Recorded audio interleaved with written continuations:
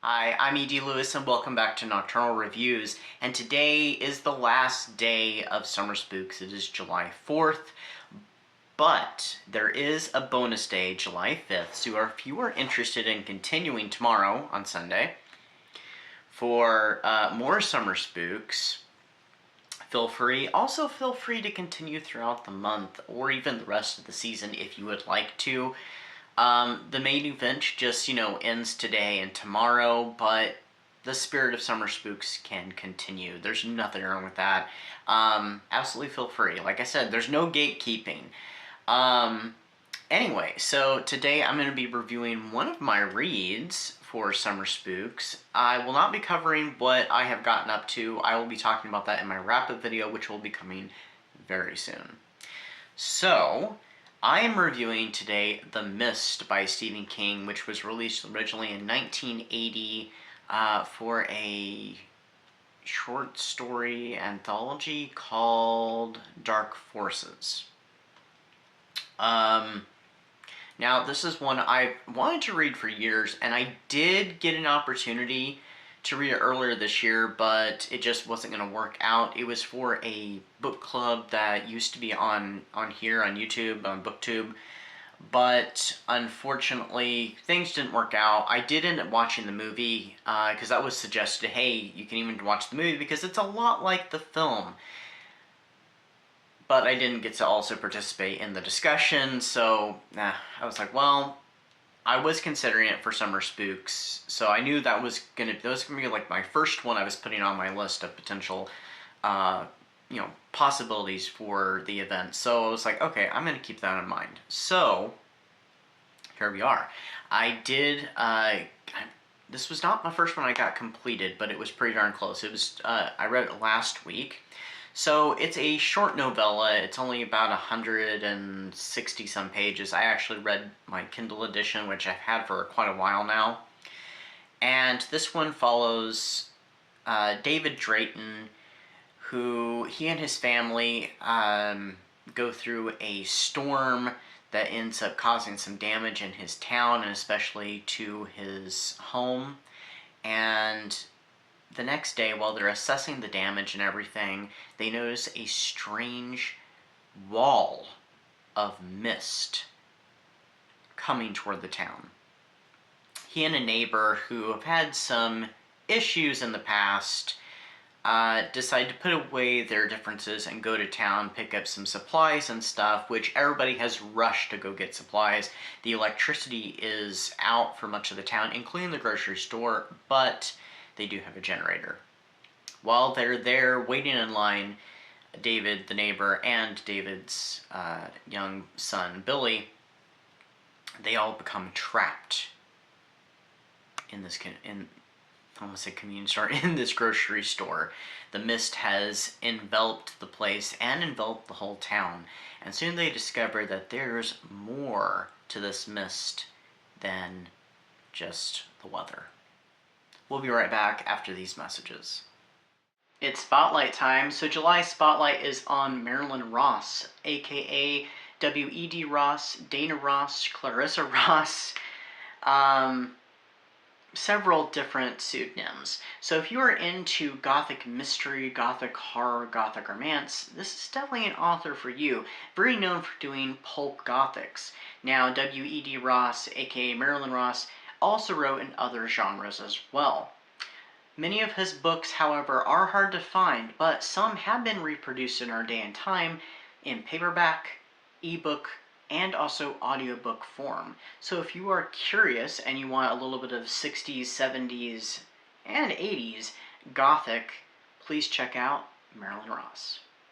So this story has a few different themes. It has the theme of isolation and fear of the unknown. It has religious fanaticism, especially with one character, spoiler alert, Mrs. Carmody, who is a lunatic.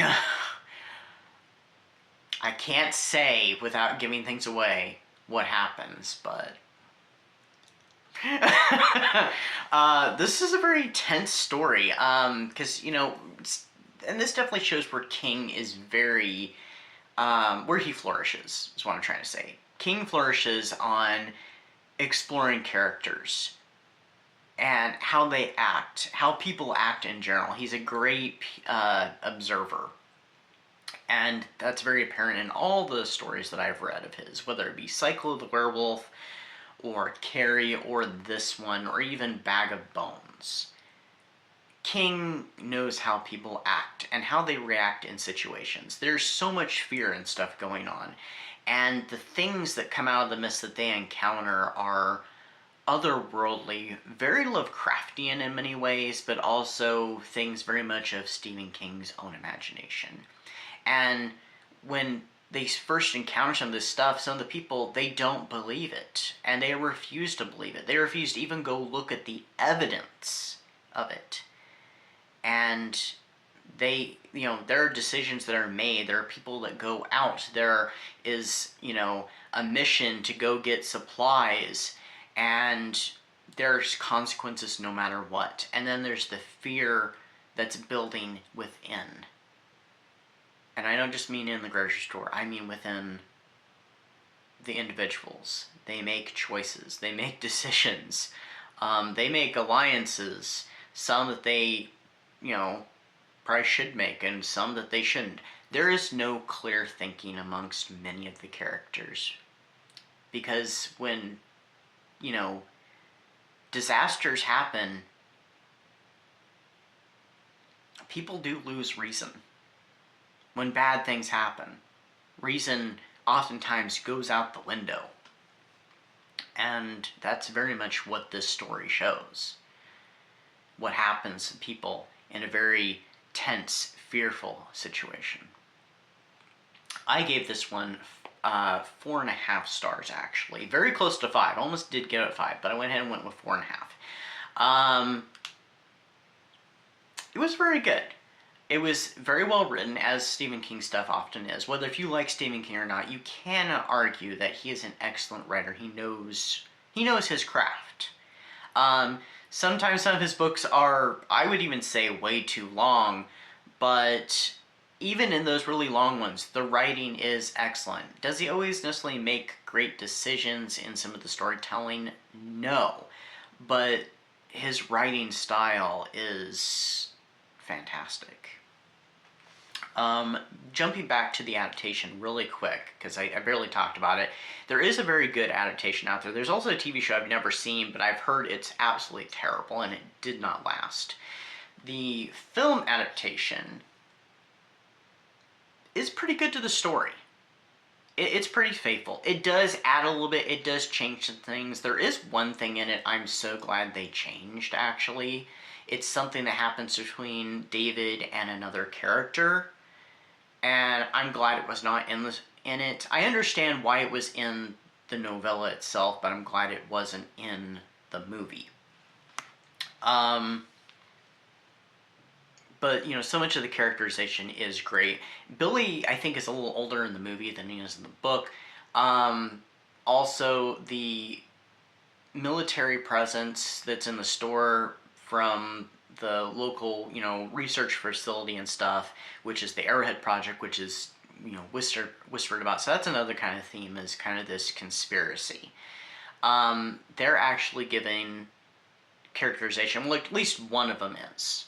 And the actor, I know his name, but I can't think of it. I'm so glad he was in the movie. I love him when, anytime I see him. Usually I've seen him mostly in TV, but I love him in movies. I'll have his picture posted up and his name. Fantastic. That's an addition. I mean, there are these characters in it, but they're mostly in the background. They're whispering and stuff, and they have a little thing, but they're not really, you don't really hear much about them. They're not really characterized much in the story. They get characters in the movie, though. And then the ending of the movie is quite different, and I do believe I remember hearing that Stephen King wishes he actually went with that ending. If you've seen the movie and then you know what I'm talking about. That ending is, wow. In some ways, I do like that ending, without spoiling it for anybody who hasn't seen it. But I kind of like the ending of the story, how it's left very ambiguous.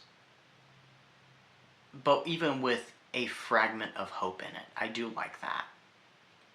I mean, in some ways, you could see that there's a fragment of hope in the ending of the movie, too. But yeah. Anyway, that is my review of The Mist by Stephen King. I hope everybody has had a great summer spooks, and if you are continuing, please let me know. What have you been up to? We'll talk more about this, of course, in my wrap-up, but feel free to take part in the bonus day. I'm not sure if I'm going to be doing anything for the bonus day or not, but until next time, stay safe, stay spooky, and namaste. Bye-bye.